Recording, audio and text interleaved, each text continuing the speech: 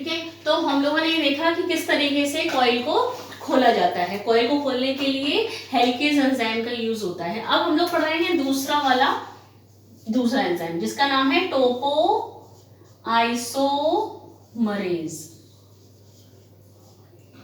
टोपो isomerase enzyme, ये जो टोपो isomerase enzyme है इसका काम क्या है? इसका काम है ये जो दोनों कॉइल खुल गए हैं जो कि आपस में इस तरीके से कॉइल्ड थी, जैसे कि इस तरीके से कॉइल थी, किसी चीज को आप इस तरीके से यूँ कॉइल कर लेते हो ना, ये इठी हुई है, ये इठी हुई है, ये दोनों ही कॉइल हो गए हैं। आपने इसको खोल तो दिया, लेकिन इसकी जो टेंशन है इसके अंदर वो तो खुली नहीं है, तो वो आप इसको यूँ छोड़ देंगे तो ये वापस यूँ कॉइल हो सकती है। तो टोपो देखिए हेलिकेज एंजाइम ने क्या किया, जैसे कि ये इस तरीके से डीएनए है, देखिए ये इस तरीके से ये डीएनए है, ठीक है, ये देख रहे हैं आप इस तरीके का डीएनए। अब हेलिकेज एंजाइम ने क्या किया, हेलिकेज एंजाइम ने इनको खोलने का काम किया। ये देखिए ये हेलिकेज एंजाइम ने अपना काम कर दिया, लेकिन हेलिकेज एंजाइम ने कॉइल को तो खोल दिया, दोनों स्ट्रैंड्स को तो अलग कर दिया, खोल रहा है, धीरे धीरे खोल रहा है, ऐसा नहीं कि एक बार में पूरा खोल के अलग कर देगा, नो, धीरे धीरे खुलता है। तो इसने कॉइल को तो खोल दिया, लेकिन अभी इसमें इतना खिंचाव है, खिंचाव कहना चाहिए, ये टेंशन कहना चाहिए, इसमें इतना खिंचाव है कि आप इसको यूँ छोड़ देंगे अगर तो ये वापस से इस तरीके से कॉइल हो जाएगा। तो टोपो आइसोमरेज का काम होता है इसके टेंशन को, यानी कि इसके जो इसमें जो खिंचाव है, इसमें जो टेंशन है उसको खत्म करना, जिससे कि ये वापस अपने आप कॉइल ना हो पाए, क्योंकि अगर वापस कॉइल हो गया तो फिर से हेलिकेज एंजाइम काम करेगा, तो जब तक दोनों स्ट्रैंड्स अलग नहीं होंगे तब तक डीएनए का एप्लीकेशन नहीं हो सकता है, ठीक है। तो टोपो आइसोमरेज का काम है स्ट्रैंड्स की टेंशन को, यानी कि खिंचाव को खत्म करना। जैसे कि रस्सी नहीं होती, रस्सी में इस तरीके से इठी हुई होती है रस्सी, आप रस्सी को दोनों ये डोरियों को खोल देंगे तो ये वापस यूँ हो जाती हैं ना, तो इसीलिए ये टेंशन होता है दोनों स्ट्रैंड्स में, इसी तरीके का इस टेंशन को खत्म करता है। तो ये खत्म कैसे करता है, जैसे कि ये कॉइल है तो ये यहाँ जैसे कि इतना चला जा रहा है, ये जाता है, तो ये क्या करता है, यहाँ से ये टोपो आइसोमरेज ऐसा काम भी कर सकता है। इसको किस तरीके से इसकी टेंशन को खत्म करता है, इसको यहाँ से कट करता है, घुमाता है, यानी सीधा करता है। इसको यहाँ से जैसे कि स्ट्रैंड्स खुल गए, ये स्ट्रैंड्स खुल गए, इसमें टेंशन है दोनों में, तो इसने क्या किया, टोपो आइसोमरेज क्या करेगा, इसको यहाँ से कट करेगा, घुमा के सीधा करेगा, टेंशन को खत्म करेगा मतलब, और फिर यहाँ पे जोड़ देगा। जोड़ने का काम कौन करता है, जोड़ने का काम करता है एक हेलिकेज एंजाइम, बात करेंगे हम लोग आगे। तो ये टोपो आइसोमरेज ने क्या किया, ये हेलिक्स के खिंचाव या टेंशन को खत्म करता है, जिससे कि वापस ये आपस में कॉइल ना हो जाए। तो टोपो आइसोमरेज का काम है ये, ठीक। तीसरा एंजाइम है single strand stabilising protein, single strand stabilising protein, ये तीसरा एंजाइम है। अब ये एंजाइम क्या काम करता है, हेलिकेज ने कॉइल खोल दिया, टोपो आइसोमरेज ने अलग कर दिया, हमने खिंचाव को कम कर दिया, यानी कि टेंशन को कम कर दिया, दोनों स्ट्रैंड्स ही अलग हो गए।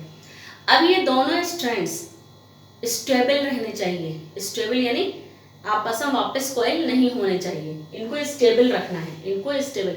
तो एक टोपो आइसोमरेज ने तो कॉइल को सीधा कर दिया, स्टेबल रखने का काम भी तो करना पड़ेगा, ये स्टेबल रहने तो वापस कहीं ज्वाइन हो जाए।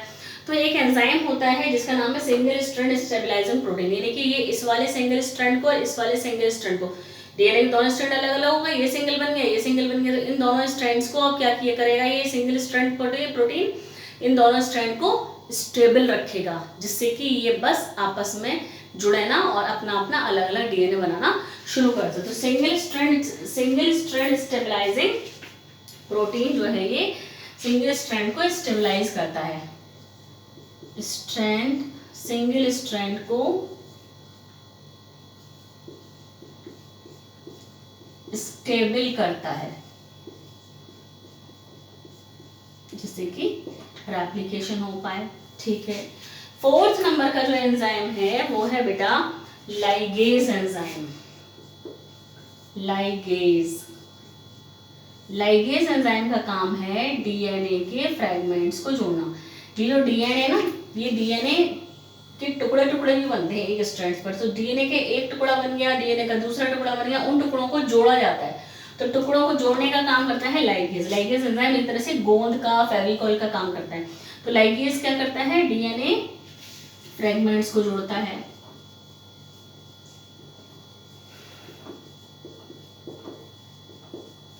लाइगेज डीएनए के फ्रेगमेंट्स को जोड़ता है, ठीक है। तो ये हुआ लाइगेज एंजाइम। अब 5वां एंजाइम होता है डीएनए पॉलीमरेज फर्स्ट।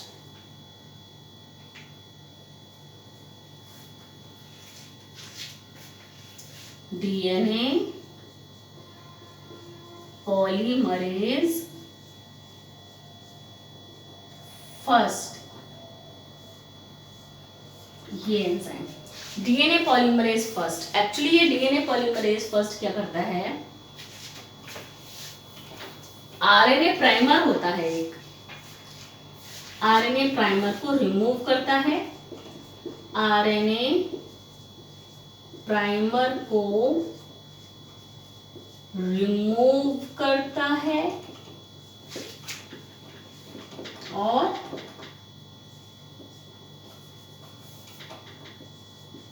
उसकी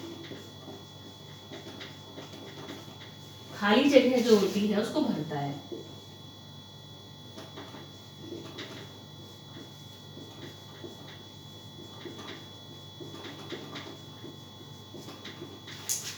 अब ये आरएनए प्राइमर क्या है, डीएनए पॉलीमरेज फर्स्ट जो है आरएनए प्राइमर को रिमूव करता है और उसकी आरएनए प्राइमर को हटा दिए तो उसकी जगह पर खाली जगह हुआ, तो और उस खाली जगह को भर देता है।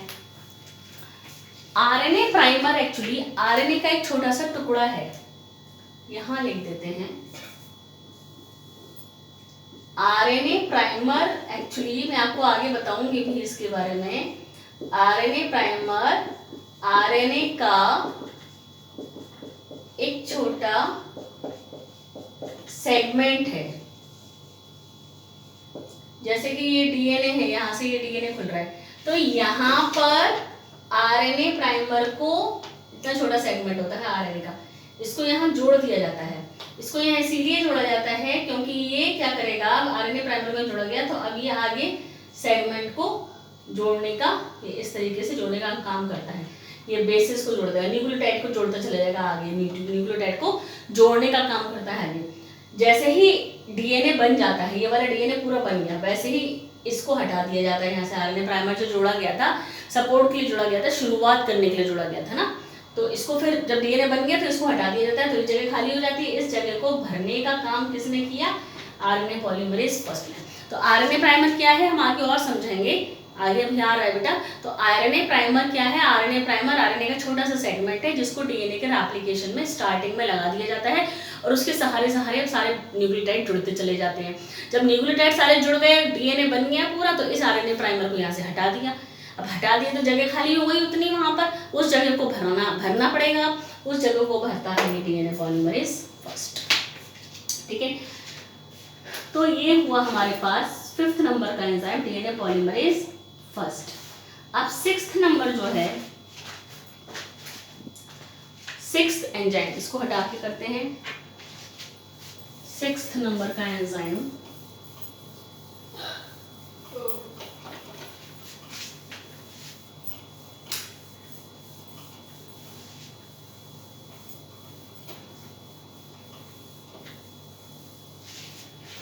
सिक्स्थ एंजाइम है बेटा primase. 6th number is primase enzyme. Primase, primase means RNA primer का फॉर्मेशन करने वाला, फॉर्मेशन ऑफ आरएनए प्राइमर। ये एंजाइम क्या करता है, आरएनए प्राइमर को बनाता है। आरएनए प्राइमर अभी बताया था ना, आरएनए प्राइमर का एक छोटा सा सेगमेंट है आरएनए का, और उस आरएनए की सिंथेसिस को, प्राइमर के सिंथेसिस को ये प्राइमेज बनाता है बेटा, ठीक। तो प्राइमेज क्या है, आरएनए प्राइमर का फॉर्मेशन करने वाला।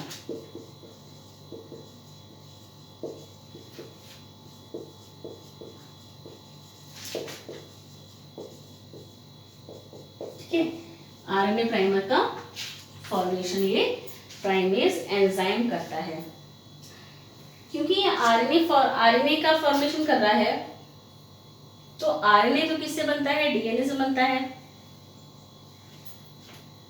ठीक है, इसीलिए इसको डीएनए डिपेंडेंट आरएनए पॉलीमरेज भी कहते हैं। इस प्राइमेज को और क्या कहते हैं? DNA dependent RNA polymerase.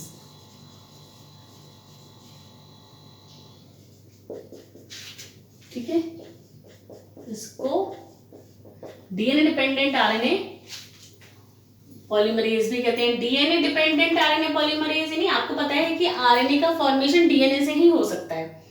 तो अगर आरएनए प्राइमर भी बनाना है तो उस आरएनए प्राइमर को बनाने के लिए भी डीएनए की किसी डीएनए की हेल्प लेनी पड़ेगी, तो वो डीएनए पर ही डिपेंड है। अब डीएनए पर डिपेंड है और ये बना रहा है, तो इसको कहते हैं इसे प्राइमेज भी कह सकते हैं, क्योंकि ये प्राइमर को बना रहा है। लेकिन एक्चुअली इसको ये डीएनए डिपेंडेंट आरएनए पॉलीमरेज कहते हैं, क्योंकि आरएनए पॉलीमरेज का मतलब होता है आरएनए के न्यूक्लियोटाइड को जोड़ने वाला एंजाइम। आरएनए के न्यूक्लियोटाइड्स को जोड़ने वाला एंजाइम है, छोटा सा आरएनए का सेगमेंट बना रहा है, इसीलिए इसको क्या कहा गया है? प्राइमेज। ठीक है, तो चाहे आप प्राइमेज कहिए, चाहे आप डीएनए डिपेंडेंट आरएनए पॉलीमरेज कहिए, एक ही बात है। नंबर 7 है enzyme polymerase third. DNA polymerase third या polymerase third enzyme, DNA polymerase third. ये सबसे ज्यादा इंपॉर्टेंट एंजाइम है, सबसे ज्यादा इंपॉर्टेंट।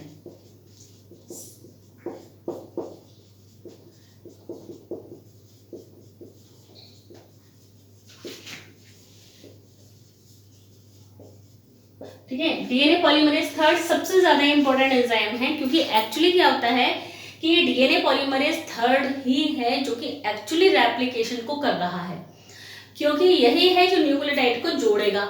बाकी जितने भी हमने अभी तक एंजाइम पढ़े वो सिर्फ हेल्प कर रहे हैं, they are helping in the DNA replication. लेकिन डीएनए पॉलीमरेज थर्ड जो है, ये डीएनए पॉलीमरेज थर्ड रेप्लिकेशन के प्रोसेस को यही कर रहा है, इसके बिना रेप्लिकेशन नहीं हो पाएगा। एक्चुअली तो बाकी सारे जो एंजाइम्स हम लोगों ने पढ़े वो सारे एंजाइम्स के बिना भी रेप्लिकेशन नहीं होगा, लेकिन सबसे ज्यादा काम की चीज पूरे रेप्लिकेशन में ये डीएनए पॉलीमरेज थर्ड है, क्योंकि यही एक एंजाइम ऐसा है जो कि एक्चुअली डीएनए के न्यूक्लियोटाइड्स को लाएगा और वहां पर लाकर जोड़ेगा। अगर ये नहीं होगा तो न्यूक्लियोटाइड्स लेकर कौन आएगा, कौन जोड़ने का काम करेगा? तो ये न्यूक्लियोटाइड्स को जोड़ता है। तो डीएनए पॉलीमरेज थर्ड जो है ये सबसे ज्यादा इंपॉर्टेंट एंजाइम है, सबसे ज्यादा इंपॉर्टेंट है और यही एक्चुअली प्रोसेस को करता है।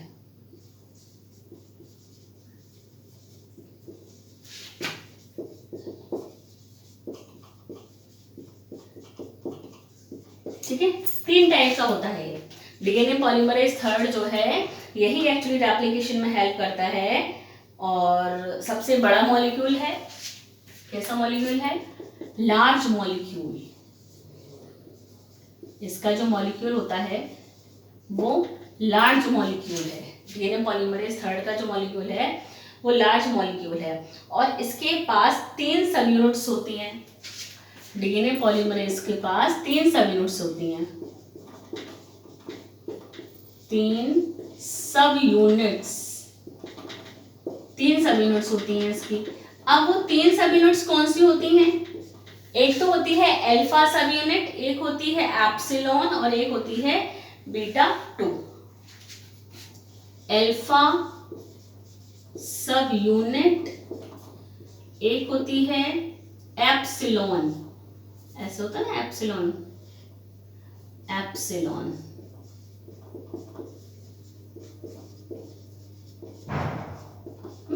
अल्फा सब यूनिट, एप्सिलॉन सब यूनिट और एक होती है बेटा बीटा 2, बीटा 2 सब यूनिट। ठीक है, अल्फा सब यूनिट, एप्सिलॉन सब यूनिट, बीटा 2 सब यूनिट। अब ये तीनों क्या काम कर रहे हैं? डीएनए पॉलीमरेज लार्ज मॉलिक्यूल है, इसीलिए इसके पास 3 सब यूनिट्स हैं। जो अल्फा सब यूनिट है, अल्फा सब यूनिट का काम है कैटलिस्ट की तरह से काम करना। ये क्या करती है? न्यूक्लियोटाइड्स के बीच में बॉन्डिंग कर रही है। न्यूक्लियोटाइड्स, इसका काम क्या है? न्यूक्लियोटाइड्स के बीच बॉन्डिंग करना, न्यूक्लियोटाइड्स में बॉन्ड बनाने का काम करेगी ये। न्यूक्लियोटाइड्स में बॉन्ड तो बनेगा, आपको पता है, सारे बॉन्ड बताए हैं बेटा आपको। हाइड्रोजन बॉन्ड से दोनों बेसिस जुड़ते हैं, नाइट्रोजन जुड़ेगा ग्लाइकोसाइडिक बॉन्ड से, ठीक है, और फॉस्फोडाइएस्टर बॉन्ड फॉस्फेट को जुड़ेगा। तो दो न्यूक्लियोटाइड्स जुड़ रहे हैं, दो न्यूक्लियोटाइड्स जुड़ रहे हैं फॉस्फोडाइएस्टर बॉन्ड से। तो ये अल्फा सब यूनिट्स न्यूक्लियोटाइड्स के बीच बॉन्डिंग करने का काम, ये अल्फा सब यूनिट। तो कितना इंपॉर्टेंट काम है आप देखिए, ठीक है। तो ये अल्फा सब यूनिट का काम है न्यूक्लियोटाइड्स के बीच में बॉन्डिंग करना। एप्सिलॉन सब यूनिट जो होती है, दूसरी वाली सब यूनिट, एप्सिलॉन सब यूनिट का काम है प्रूफ रीडिंग करना। ये प्रूफ रीडिंग करता है। प्रूफ रीडिंग का मतलब ये होता है कि जब डीएनए बनकर तैयार हो जाता है, दोनों स्ट्रैंड्स खुल गए और दो डीएनए बन गए, तो जब डीएनए बनकर तैयार हो जाता है तो ये जो एप्सिलॉन सब यूनिट होती है, डीएनए पॉलीमरेज थर्ड की जो एप्सिलॉन सब यूनिट है, ये पूरा डीएनए चेक करता है ऊपर से नीचे जाके कि कहीं ऐसा तो नहीं है कि कुछ गड़बड़ हुई हो, कहीं कोई न्यूक्लियोटाइड रह तो नहीं गया, कहीं ऐसा तो नहीं है कि बॉन्ड बनना रह गया। तो प्रूफ रीडिंग की जाती है, यानी कि चेकिंग की जाती है। और अगर कहीं ऐसा होता है कि न्यूक्लियोटाइड या नाइट्रोजन बेस जुड़ना रह गया है, तो फिर से नाइट्रोजन बेस को वहां पर जोड़ा जाता है। तो प्रूफ रीड किया जाता है। ये प्रूफ रीडिंग के लिए होता है कि कहीं पर कुछ रह तो नहीं गया जिसको कि जोड़ा जाए। तो चेकिंग करता है ये एप्सिलॉन सब यूनिट, क्या करता है? चेकिंग, यानी कि प्रूफ रीडिंग। और बीटा सब यूनिट जो होती है बेटा, स्लाइडिंग क्लैंप की तरह से काम करता है। स्लाइडिंग क्लैंप,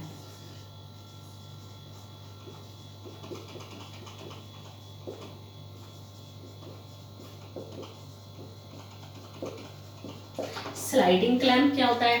स्लाइडिंग क्लैंप का मतलब है कि जैसे जैसे आरएनए प्राइमर आगे बढ़ता चला रहा है, वो खिसकता चला रहा है, खिसकता चला रहा है। खिसकाने का काम कौन कर रहा है? बीटा सब यूनिट का काम है इसको मूव करना, खिसकाने का, स्लाइडिंग की तरह से काम करना। तो हमने पढ़ा ये डीएनए पॉलीमरेज थर्ड, ठीक है ना। चलिए इसके बारे में थोड़ा सा और लिखेंगे, डीएनए पॉलीमरेज थर्ड के बारे में देख लीजिए एक बार।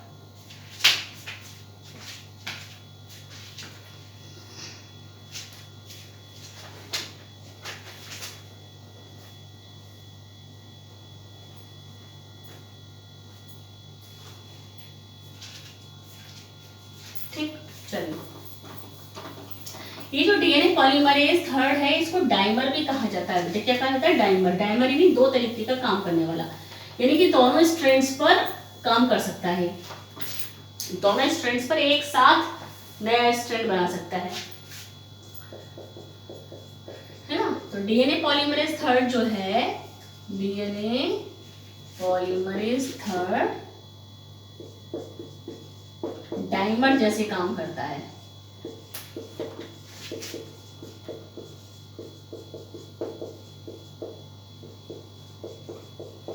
डाइमर की तरह से ना, जो दोनों स्ट्रैंड्स पर एक साथ न्यूक्लियोटाइड्स को जोड़ सकता है। दोनों स्ट्रैंड्स जब खुल जाएंगे एक साथ, तो दोनों स्ट्रैंड्स को एक साथ रेप्लिकेट कर सकता है, दोनों स्ट्रैंड्स को एक साथ रेप्लिकेट कर सकता है, दोनों स्ट्रैंड्स को एक साथ रेप्लिकेट कर सकता है डीएनए पॉलीमरेज थर्ड। इसीलिए इसको क्या कहा जाता है बेटा? डाइमर कहा जाता है, ठीक है। अब हम लोग 8th नंबर का एंजाइम पढ़ेंगे, फॉस्फोराइलेज।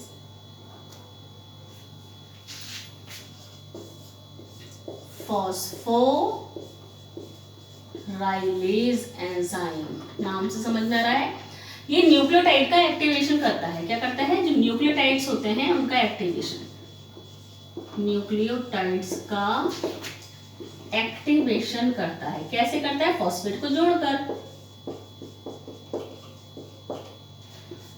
फॉस्फेट जुड़ जाएगा, एक्टिवेशन हो जाएगा न्यूक्लियोटाइड का। फॉस्फेट को जोड़ेगा और एक्टिवेशन करेगा फॉस्फोराइलेज एंजाइम। तो फॉस्फोराइलेज एंजाइम का काम है फॉस्फेट को ऐड करना।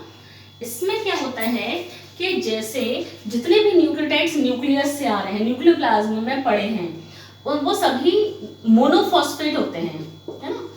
तो सभी न्यूक्लियोटाइड्स कैसे होते हैं? मोनोफॉस्फेट। मोनोफॉस्फेट को ट्राइफॉस्फेट में कन्वर्ट करना होता है। मोनोफॉस्फेट ट्राइफॉस्फेट में कन्वर्ट होते हैं।